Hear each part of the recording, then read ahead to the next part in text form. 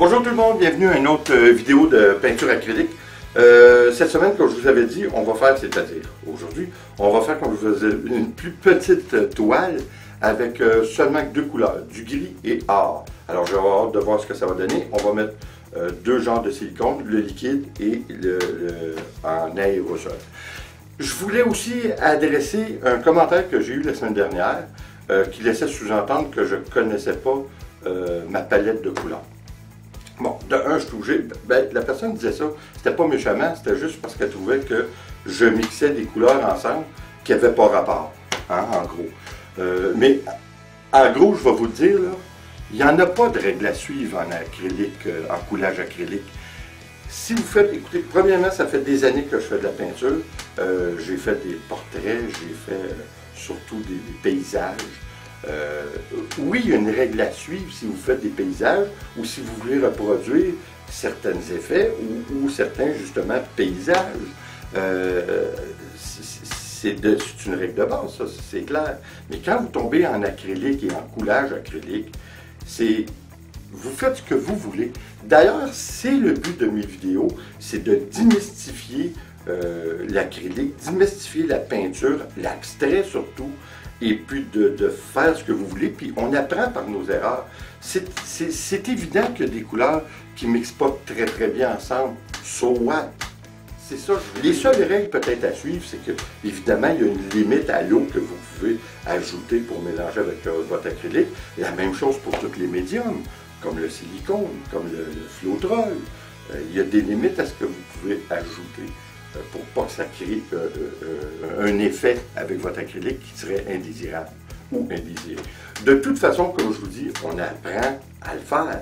C'est ça le but. Je veux montrer que tout le monde peut le faire. Mais de toute façon, il y a une certaine question de logique aussi. Si vous avez une base, un fond que vous voulez faire noir et vous mettez un peu de brun, bien, votre brun, ça ne donne rien de le mettre. Tout ça disant, ce que je veux faire, c'est de vous amener à faire vos expériences, puis j'en fais des expériences avec vous, alors je trouve ça intéressant. Et puis justement, j'ai eu des commentaires aussi par le passé que des gens qui pensaient jamais qu'on était pour réussir quelque chose de bien avec les mélanges de couleurs qu'on a fait, mais on a sorti quelque chose d'intéressant. Alors, c'est le but de l'abstrait. L'abstrait, encore une fois, il n'y a pas vraiment de règles, des petites règles de base là, pour les composantes et les mélanges, mais à part de ça, on y va fort, on s'amuse, et c'est ce qu'on va faire, on y va à l'instant.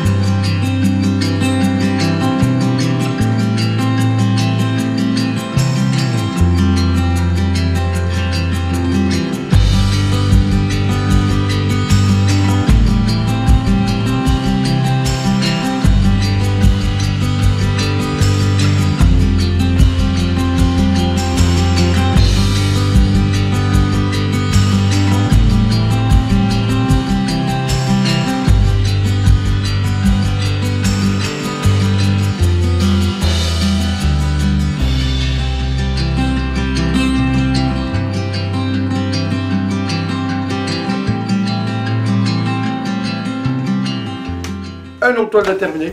Je pense qu'encore une fois, on a fait la preuve que tout peut réussir. Hein? Je trouve que c'est très rare qu'on voit une toile avec la couleur grise et la couleur or. Surtout un gris argenté, ça va être pétant. Je pense qu'une fois sèche, là, les reflets avec les jeux de lumière, puis ça va être, d'après moi, ça va être assez spécial. Alors, je pense qu'encore une fois, comme je dis, on a réussi un autre toile assez spécial. Alors, un autre abstrait de réussi. Revenez-nous aux prochaines vidéos. Encore une fois, on va essayer de faire des choses inhabituelles. Alors, j'espère que vous avez apprécié et qu'on va se revoir aux prochaines vidéos. Ciao!